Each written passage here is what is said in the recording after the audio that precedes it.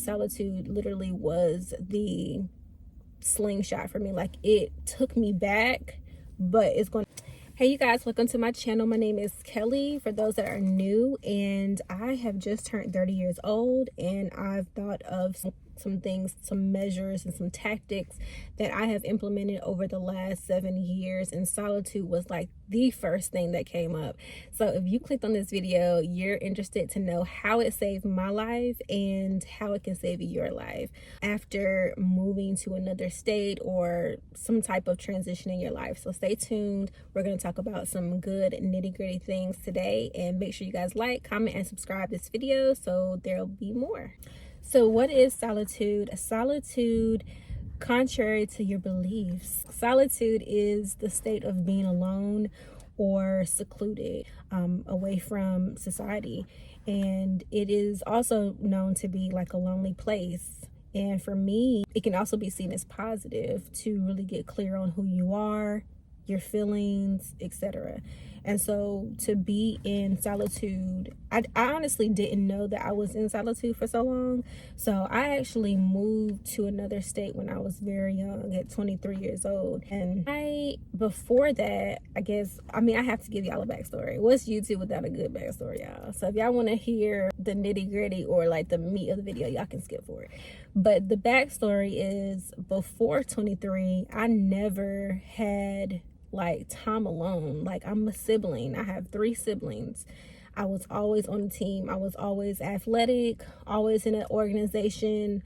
In college, I always lived with somebody. Like, even during breaks, I would go home and live with my family. So I never, well, I'm not gonna say never, I rarely had time alone to myself, to connect with myself, other than being in my room, right? So once I moved out of state, I moved alone, but even still, I did not have that time to myself until later of that year that I moved out of state to Atlanta, Georgia. So y'all, once I moved out and I got time, so that's what happened. The person I was living with, my family at the time, they had a schedule opposite of mine. That's when it really started. And they would go to work and I would be at home. I would go to work, they would be at home. So we both we swapped schedules. And so that was the first time, y'all, that I really got to sit with myself and like discover who I was. And it's crazy because I was 23 at the time, and I had wanted to like have that time for so long. So just having the space to kind of just feel my feelings was incredible.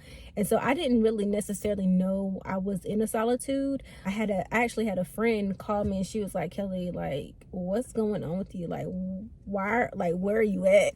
And what are you doing? Because I started to get comfortable with myself. I started to get discovering myself for myself. And so I didn't really consider myself in solitude just yet.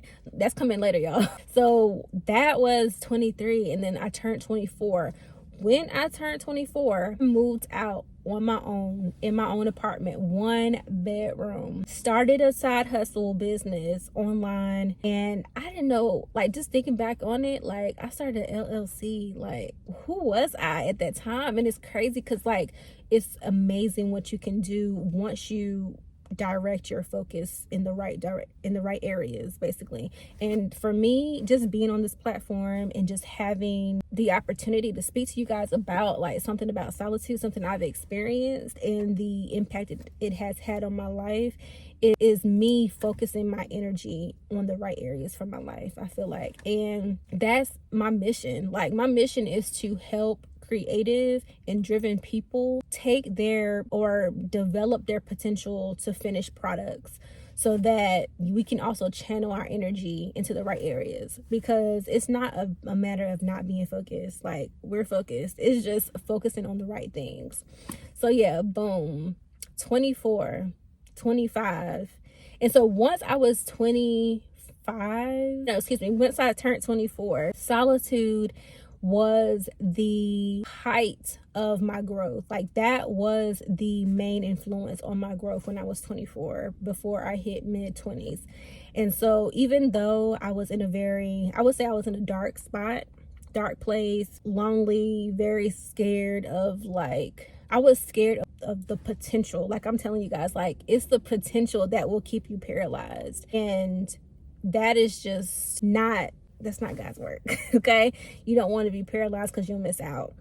So yeah, so once I realized that I was falling in love with silence, I realized, like, I am in solitude. And that's when I looked into what solitude was, why it was necessary.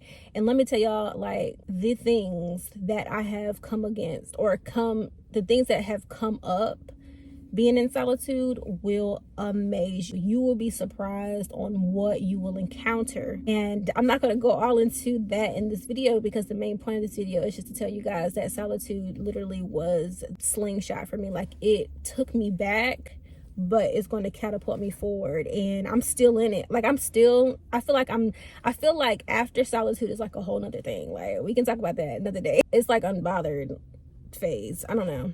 But solitude brought me into a place where I gave myself permission.